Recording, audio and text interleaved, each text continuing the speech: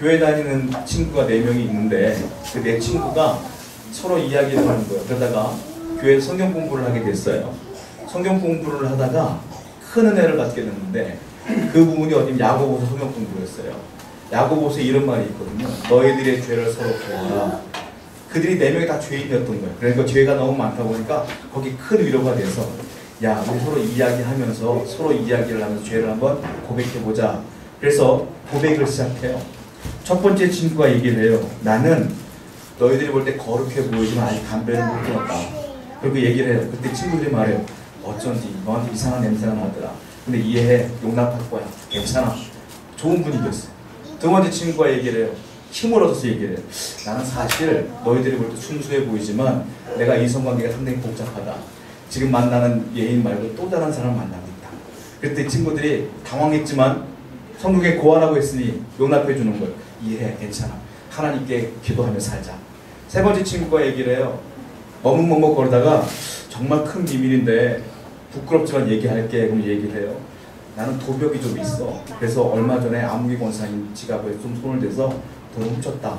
어쩐지 권사님이 돈 없었다고 하더니 그게 너였구나. 그래도 용납하니까 용납할게. 괜찮아. 괜찮아. 여기까지 분위기 좋았는데 네 번째 친구가 얘기를 안 해요. 너의 약점은 뭐냐? 너의 죄는 뭐냐? 그때 얘기를 안 해요.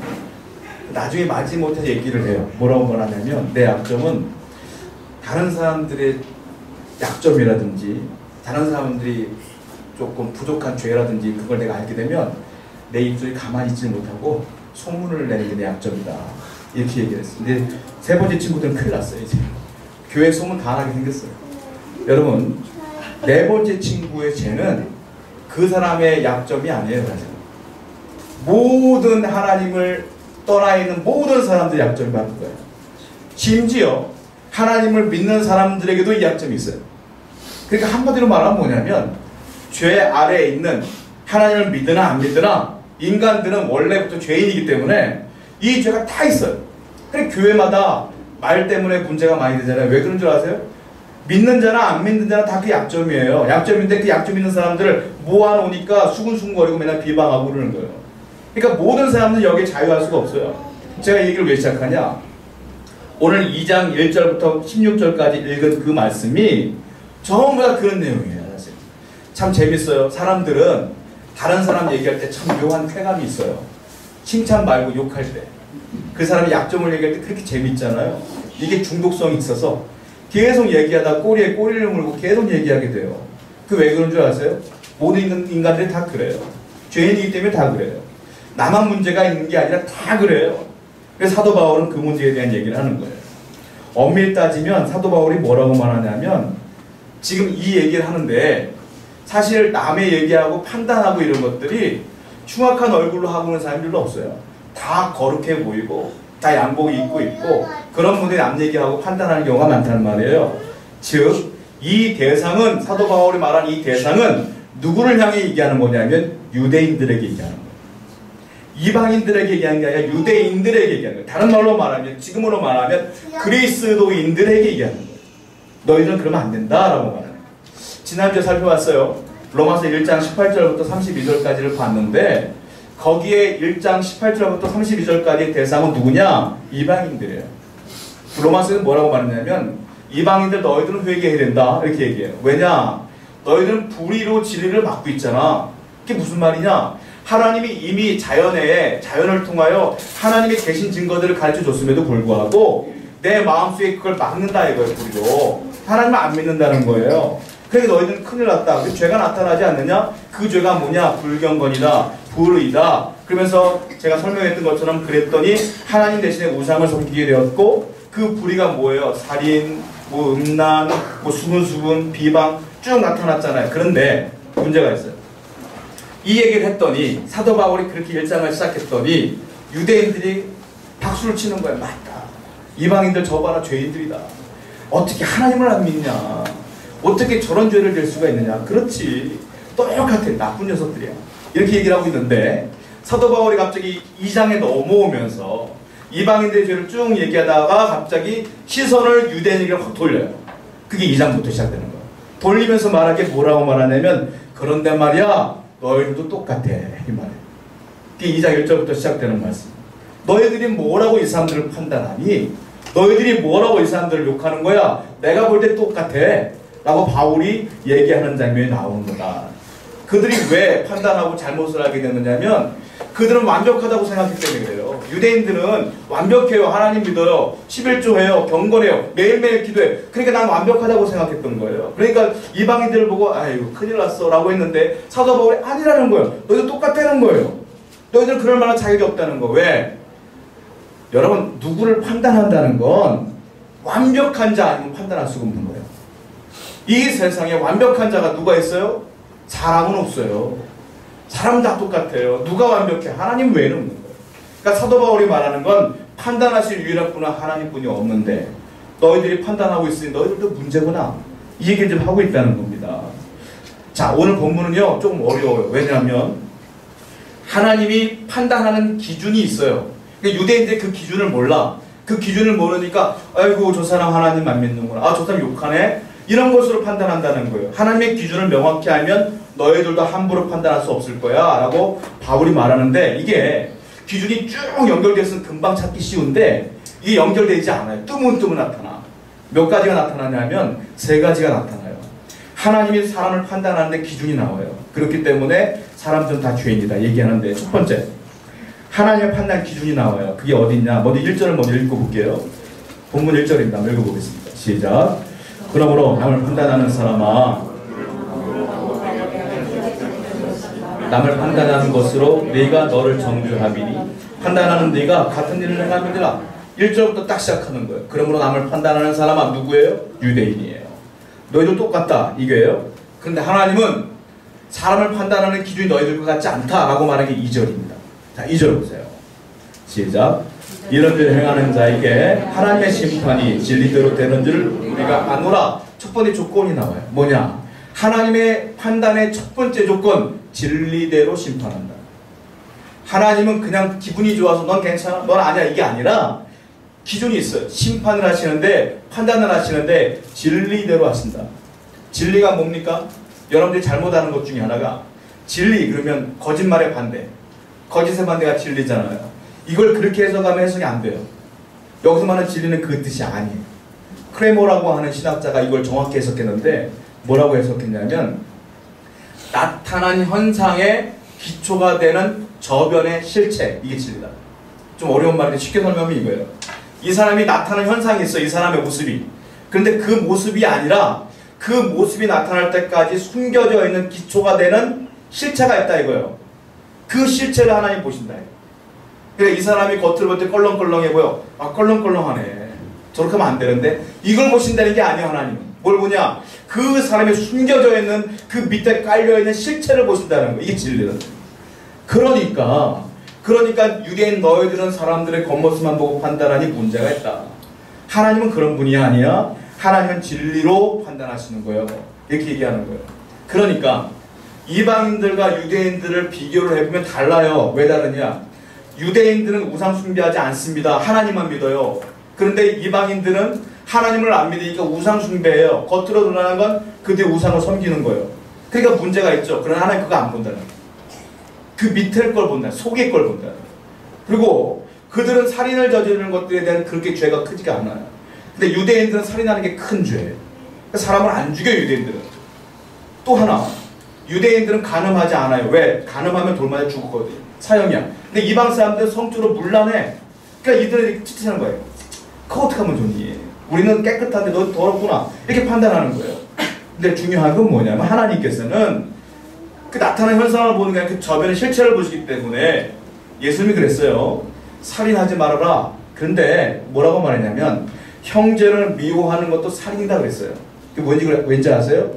사람을 죽이려고 하면 그 사람을 미워해야 돼요. 먼저 미워할 때 때리든지 죽이든지 하는 거 아니에요.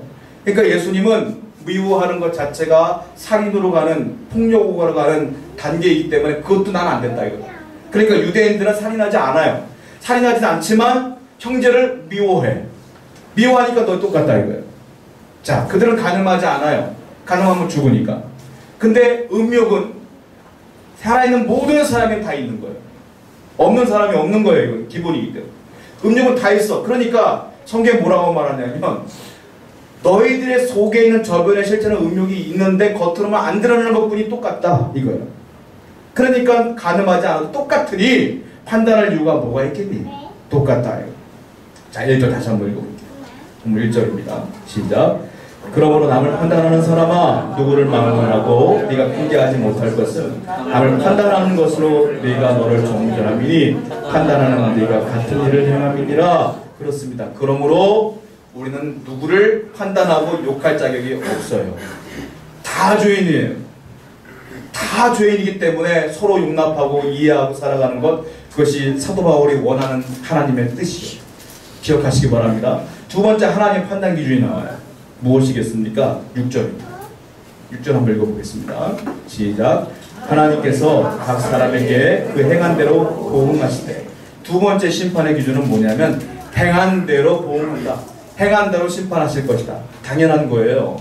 사람이 행한 대로 하나님은 심판하십니다. 그런데 이 대상이 누구라고 그랬어요? 유대인이라고 그랬잖아요. 유대인들은 이 말씀에도 별로 동요하지 않아요. 왜냐하면 그들은 행함에 있어서 자신이 있었거든요. 그렇기 때문에 여기서도 자유의 그거. 왜냐? 그들에게는요, 율법이라는 게 있었어요. 자, 그들이 행함에 자유했던 두 가지 이유가 있는데, 첫 번째, 율법, 즉 하나님의 말씀이 유대인에게만 있었어요. 그러니까 우리에게 말씀이 있어. 율법이 있어. 어린 시절부터요. 두 번째는 뭐냐면 율법에 읽고 묵상하고 외우는데 익숙해져 있어요. 그 율법 속에 살아. 이게 두 번째예요. 자, 율법이 있으니까 어린 시절부터 유대인들은요, 모세오경을 외워요. 어린애들이 성경을 외우고 살아. 그러니까 언제나 외우고 말씀으로 언제 사니까 행함의 자유함이 있어. 언제나 이 말씀대로 살아간다는 거예요. 뿌듯함이 있어요. 이들은 하나님께 기도해. 이방인은 기도하지 않아. 이들은 예배해. 이방인들은 예배하지 않아. 그러니까 행함의 자유함이 있는데 바울은 그걸 보고 말씀하시는 거예요. 너희들 하나님은 행한 대로 판단하는 걸 알고 있느냐라고 말하면서 뭐라고 말하냐면 성경을 읽는 게 중요한 게 아니다. 성경을 외우는 게 중요한 게 아니다. 늘 말씀이 선포되는 그 가운데 있는 게 중요한 게 아니다. 그것과 행하는 건 별개의 문제다. 유대인들은 들었지만 외웠지만 행하지 않아요. 말씀. 오늘날 크리스천에게 똑같은 말씀. 여러분들은 기독교 방송을 통하여 설교를 들으시죠? 주일마다 제 설교를 들으시죠? 그리고 시간 날 때마다 말씀을 묵상하시죠? 중요하지 않다는 거예요. 바울은. 뭐냐? 그게 아니라 말씀을 행해야지. 하나님은 말씀을 들었기 때문에 선한 사람으로 인정하는 것이 아니라 말씀을 들었으면 행해야 된다. 행한 대로 보응하신다는 거예요. 그럼 유대인들은 너에게 약점이 뭐냐? 말씀을 행하지 않으니 똑같다. 말씀이 없는 이방인들이나 말씀을 들었으나 행하지 않는 너희들이나 똑같다. 자, 12절 말씀 볼게요. 12절입니다. 시작. 무릇 율법 없이 무릇 율법이 있고 법무하는 자는. 자, 바울이 두 가지 얘기를 하는데요. 첫 번째는 뭐라고 말합니까? 자, 율법이 있고, 누구를 말하는? 유대인을 말하는 거예요. 율법이 있고 범죄한 자, 뭐예요? 율법이 있고 외웠고 읽었지만 행하지 않은 걸 범죄라고 보는 거예요. 행하지 않은 너희나, 또 앞에 뭐라고 했습니까? 율법 없이가 뭐예요? 이방인들은 율법이 없어. 말씀이 없어요. 율법 없이 범죄한 자나 한마디로 똑같다. 말씀이 있으나 말씀이 없으나 행하지 않으면 똑같다. 그러니까 너희들이 누구를 판단하겠느냐? 바울은 그 얘기를 하고 있는 거예요. 자, 14절 말씀 볼게요. 우리가 고민하는 부분 중에 하나예요. 유대인들은 율법이 있어요. 그러니까 말씀을 행할 수가 있고 행하지 못할 수가 있는데, 문제는 이방인들, 말씀 없는 사람들. 여러분들 하나님 안 믿는 사람들은 성경이 없잖아요. 안 믿으니까. 그 사람들은 어떻게 판단하실 거예요, 하나님께서? 자, 이게 14절과 15절 읽어보겠습니다. 시작. 율법 없는 이방인이 본성으로 율법의 일을 행할 때에는 이 사람은 율법이 없어도 자기가 자기에게 율법이 나나니 이런 이들은 그 양심이 증거가 되어 그 생각들이 서로 혹은 고발하며 혹은 변명하여 그 마음에 새긴 율법의 행위를 나타내느니라. 자, 무슨 말이냐면 이방인들은 율법이 없잖아요. 말씀이 없잖아요. 그러니까 당연히 말씀을 못 지키겠죠. 그러나 성경은, 바울은 뭐라고 말하냐면 아니다. 누가 율법이냐? 자기 자신이 율법이 되는 거다. 14절에. 그 15절에 그 자기 자신이 율법이 되는 게 뭐냐? 양심이다. 양심. 여러분, 율법과 양심은 비슷한 게 많습니다. 예를 들자면 율법은 두 가지예요. 뭐냐면 해라, 하지 말아라. 이게 말씀이에요. 하나님께 예배하라, 안식일을 거룩히 지켜라, 살인하지 말아라, 하라, 하지 말라요. 중간은 없어요. 이게 율법이고 말씀이에요. 양심도 똑같아. 양심이 뭐냐면 이걸 해야 돼? 이거 하면 안 될 것 같은데? 사람의 양심이라는 게 있잖아요. 짐승은 없어요. 사람에게만 양심이 있는 거예요. 하나님은 그래서 말씀을 못 듣는 사람들을 위하여 뭘 줬어요? 자연을 준 거예요. 또 뭘 줬어요? 양심을 준 거예요. 그러니까 하나님께서 말씀하신 건 뭐냐면 율법은 없어도 말씀은 없어도 그 양심에 따라 자기 양심에 따라 잘 사는 사람들은 그래도 하나님 보실 때 판단의 근거가 되는 거예요. 그러나 율법이 있어도 말씀을 읽어도 행하지 않으면 똑같은 거예요. 그래 결국은 뭐예요? 다 똑같다. 다 죄인이다. 그 얘기를 하고 있는 거다. 우리가 자랄 때만 해도 우리 권사님들은 더 심하겠지만 성경책이 없었잖아요. 없어가지고 성경책 하나 찾기가 얼마나. 제가 예전에 성교사님과 대화를 한 적이 있는데 어느 지역에 가서 이제 분이 성교하는 데 가서 성경책을 딱 줬더니 서로 가지려고 난리는 거예요. 서로 가지려고. 우리 성경책 좀 뭐라고 합니까? 성경책 말고 딴 걸 주면 안 됩니까? 요즘 애들 그래요. 더 좋은 걸 문화상품권 주시면 안 돼요. 막 이래. 예전에 안 그랬잖아요. 요즘은요 성경책이 얼마나 많은지 저도 성경책이 버전마다 다 있는데 뭐 혼자 공부할 수 있도록 하는 성경도 있고 주석도 있고 막 이래요. 지금도 공산국가 가서 성경책 주려고 그러면 사람들이 성경책을 볼 수 없으니까 찢어갖고 그 쪽지처럼 찢어갖고 몰래 입고 한 장씩 그렇게 입는단 말이에요. 여러분들이나 저나 성경책에 있는다고 해서 복 받는 게 아니에요. 행해야죠. 우리는 성경책을 너무 우습게 여기는 경우가 너무 많다는 거예요. 성경책이 많기 때문에 늘 성경을 읽기 때문에 하나님께서 인정하신다? 절대 그렇지 않습니다. 말씀을 행하라고 지금 말하는 거예요. 자, 13절 말씀 보세요. 바울은 그래서 동일한 얘기를 합니다. 13절입니다. 시작. 하나님 앞에서는 오직 율법을 행하는 자라야 의롭다 하시는 거예요. 그렇습니다. 율법을 행하시기 바랍니다. 말씀을 들으시고 행하셔야 돼요. 오늘 말씀이 뭐예요? 남을 판단하지 말자는 거 아니에요? 그럼 여러분들 오늘부터 판단하시면 안 되는 거예요. 이게 말씀을 행하는 것인 줄로 믿습니다. 여러분 듣는 것은 책임이 따라요. 설교 말씀을 들으면 책임이 따라요. 뭐에 들었으면 행하는 거예요. 제가 얘기 들은 어떤 집사님은 설교를 듣잖아요. 그 설교 내용을 쪽지에 써가지고 자기 냉장고에 붙여요. 그리고 일주일 동안 그대로 살려고 애를 써요. 그게 신앙인 줄로 믿습니다. 그렇게 사는 거예요. 그리고 책임이 뭐냐? 들었으면 행하는 거예요.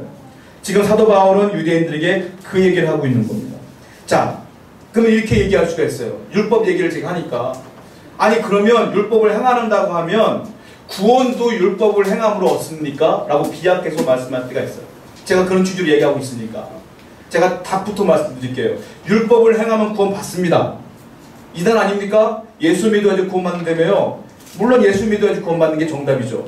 그러나 율법을 행해도 구원 받습니다. 문제가 있어요. 조건이 있어요. 단 뭡니까? 율법을 100% 완벽하게 행해야 돼요. 가능합니까? 불가능합니다. 그래서 하나님이 예수님 이 땅에 보내신 거예요. 그래서 그분이 십자가에 나를 위해 돌아가신 뒤에 이제 이 예수를 믿어라. 그럼 내가 구원해 줄게. 그렇게 해주신 거예요. 율법을 지킬 수가 없으니까. 그래서 하나님에게 우리가 필요한 게 뭐였어요? 자비와 긍휼이 필요한 거예요. 하나님 나를 불쌍히 여기셔서 예수님 보내신 거 아니겠어요? 그래서 여러분들은 기억하셔야 돼요. 율법을 행하는 건 맞습니다. 그러나 완벽히 지킬 수가 없어요. 그래서 구원은 예수를 믿음으로 얻어요. 그러나 구원받은 삶은 율법을 지킴으로 말씀을 지킴으로 살아가는 게 맞는 거예요. 항상 말씀을 지킬 때 하나님의 축복이 여러분에게 넘칠 줄로 믿습니다. 그게 중요하다는 거예요. 자, 세 번째 하나님의 심판의 조건이 있어요. 무엇입니까? 16절입니다. 읽어보겠습니다. 시작. 곧 나의 복음에 이른 바와 같이 하나님이 예수 그리스도로 말미암아 사람들의 은밀한 것을 심판하시는 그날이라. 어떻게 심판하시느냐? 사람들의 은밀한 것까지 심판하신다. 하나님의 조건 첫 번째 진리로 심판하셔요. 두 번째 행한 대로 심판하세요. 세 번째 뭡니까? 은밀한 것을 가지고 심판하세요. 이건 뭡니까? 속을 말하는 거예요. 은밀한 것, 비밀. 겉으로 드러나는 것 말고 똑같은 얘기인데 아까 처음 말한 거랑 비슷한 얘기지만 이거는 외형이 아니라 내면이 중요하다는 걸 얘기합니다. 자, 11절 말씀 볼게요. 본문 시작. 이는 하나님께서 외모로 사람을 취하지 아니하심이라. 이 말이에요. 하나님은 겉으로 드러난 모습을 보고 판단하지 않고 그 속에 중심을 본다. 유대인들의 그 문서를 보면 경건의 연습을 한 흔적이 나와요. 어떤 흔적이 있냐면 경건한 걸음걸이라는 게 있어요. 그 경건한 걸음걸이를 위해서 유대인들은 랍비들은 연습을 해요. 느리게 걷기, 빠르게 걷기, 발 모양은 어떻게 하고, 그래야만 경건한 걸음이에요. 그러니까 유대인들은 거기 신경을 너무 많이 써요. 또 기도할 때 어떻게 하루 3번씩 바닥에 엎드려서 기도해요. 경건한 모습으로. 하나님은 그 모습 안 본다는 거야. 하나님은 네가 바닥에 엎드려 기도하는구나, 착하다, 안 한다는 거야. 하나님은 네가 네 걸음걸이가 왜 그러니, 경건하지가 않은 거고 너무너무 그렇다, 안 본다는 거야. 하나님은 그 중심을 본다는 거야. 하나님은 그게 지금 은밀한 것까지 본다는 거예요. 한국에도 그런 경향이 있죠. 세상에서 막 살다가 자기가 대표 기도가 되면 양복 딱 입고 와서 목소리를 거룩히 내시는 분들 종종 있어요. 평상시에 목소리는 이러다가 갑자기 기도할 때만 하나님, 이런 분들이 있어요. 그거 안 봐. 하나님은 내 삶을 보시지, 중심을 보신다 이거예요. 그래서 예수님이 뭐라고 말합니까? 예수님은 창기 세리들을 욕하지 않아요. 누구를 욕해요? 바리새인들을 욕해요. 뭐라고 말합니까? 이 회칠한 무덤들이라고 그랬어요. 회칠한 무덤이 뭡니까? 원래 본질은 무덤이에요. 근데 바깥에 이쁘게 색칠해놨어. 겉에 보고 나는 그거 안 본다 이거. 무덤은 뭐예요? 속에 냄새가 나고 썩어있는 것들이 다 가득한 게 무덤 아닙니까? 무슨 말이에요 그게? 나는 그 속을 보지 겉을 안 본다 이거 아니겠어요? 하나님은 경건의 모양을 보지 않습니다. 중심을 봅니다. 그게 은밀한 것을 보고 판단한다는 거예요. 자, 그래서 16절 말씀 볼게요. 16절입니다. 시작. 곧 나의 복음에 이른 바와 같이 은밀한 것을 심판하시는 그날이다. 결론이 뭐냐면, 그래서 너희들을 판단할 자는 너희 스스로가 아니라 누굽니까? 누가 나왔어요? 예수 그리스도다. 그분이 언제 판단해요? 그날이라. 그날이 언제인지 우리는 몰라요. 그러나 그날에 분명히 심판이 있을 것인데, 중요한 건 지금 하나님 안 믿는 분들은 평안하게 사는 것 같지만 그날이 됐을 때 깜짝 놀랄 거예요. 주님이 심판자가 되니까. 여러분, 그러므로 그날이 오기 전에 철저하게 예수님 말씀대로 살아가시는 저와 여러분들에게 축원드립니다. 그게 정말로 성령대로 사는 거예요. 자, 그런데 우리가 속상한 것들이 있어요. 뭐냐면, 아니 하나님을 안 믿는 것 같아도 잘 안 사는 것 같아도 잘 되는 사람이 있어. 왠지 잘 먹고 잘 사는 것 같아. 속상할 때가 있잖아요. 굉장히. 자, 그 부분에 대한 얘기를 좀 해보려고 그래요. 먼저 지금까지 제가 진리대로 하나님 심판한다, 그리고 행한 대로 판단한다, 은밀한 것을 판단한다고 했는데, 여기서 결론이 끝납니까? 결론이 끝나지 않습니다. 나오는 결론이 있어요. 결론이 뭡니까? 그러므로 첫 번째 결론이, 다른 사람을 이제 판단하지 맙시다. 이게 결론입니다. 아시시의 프란시스라는 사람이 이렇게 얘기를 했어요. 제가 읽어드릴 테니까 잘 들어보세요. 그대가 누군가 이웃을 판단할 때 그의 실수, 그의 잘못에 대하여 그가 겪고 있는 그 가슴의 아픔과 똑같은 정도의 아픔과 그의 허물을 인해서 흘리는 연민의 눈물이 없으면 이웃을 판단하지 마세요. 즉, 그 사람을 판단하려고 하면 그 사람이 울고 있는 그 똑같은 감정이 없으면 그 사람을 판단하지 말라요. 사람마다 다 사정이 있는 것이니까. 그러니까 결국 판단하지 말라는 거예요. 이게 첫 번째 결론이에요. 여기서 끝납니까? 아니에요. 사도 바울이 말하는 건 그거예요.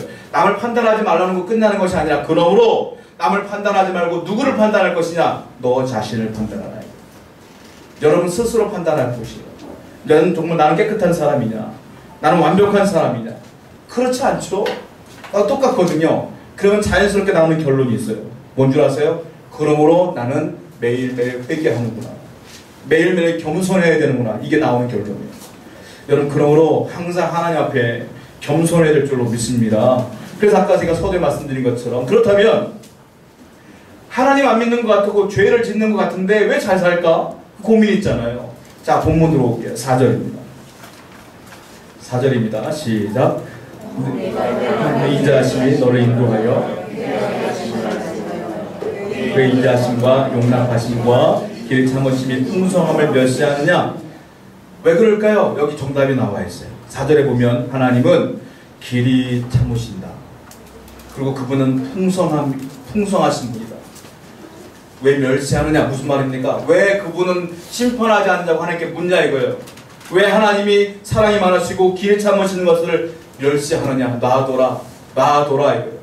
길이 참는다. 이걸 영어로 어떻게 표현하는지 아세요? long suffering이라는 단어 썼어요. 무슨 말인 줄 아세요? 고통이에요. 큰 고통, 긴 고통을 길이 참는다는 말. 무슨 말이냐? 사람이 죄를 지으면 하나님이 참는 것처럼 인내라고 표현되어 있지만 인내가 아니라 하나님은 고통스러워 하시는 거예요. 그러니까 여러분들이 말씀대로 안 살고 질대로 안 살고 그러면 그 죄 때문에 하나님이 고통스러워 하는 거예요. 하나님께 고통을 주시겠어요? 아, 저 사람도 저렇게 사니까 똑같이 살랍니다. 그러시겠어요? 하나님은 고통스러워 하신다는 거예요. 이 얘기를 하고 있는 거예요. 자, 그런데 그 사람이 끝까지 회개하지 않아. 하나님 참는데 끝까지 회개하지 않으면 어떻게 될까요? 그게 이제 결론이에요. 5절입니다. 시작. 다만 내 고집과 회개하지 아니한 마음을 따라 진노의 날 곧 하나님의 의로우신 심판이 나타나는 그날에 임할 진노를 내게 쌓는도다. 맨 마지막에 보세요. 심판이 나타날 것인데 그날에 심판이 임할 진노가 어떻게 돼요? 쌓여지는 거예요. 그러니까 내가 회개할 기회에 회개하지 않고 돌이키지 않으면 그 진노가 쌓여. 계속 하나님이 내가 죄 지을 때마다 채찍질하지 않고 번개 떨어뜨리지 않아도 그 죄가 쌓이다가 마지막 그날에 하나님이 한꺼번에 심판하시니 하나님은 풍성하신 분이니까 그때가 오기 전에 빨리 회개하라. 이게 하나님의 사랑이다. 여러분, 그러므로 말씀을 듣는 여러분, 하나님 안 믿는 사람들을 잘 먹고 잘 사는 부러워하지 마세요. 진노가 쌓이는 거예요. 여러분들은 누가 뭐라 할지라도 하나님 말씀대로 살며 나 자신만을 판단하며 회개하고 겸손하게 사는 여러분 되기를 축원드립니다. 우리 말씀을 기억하며 찬양하겠습니다.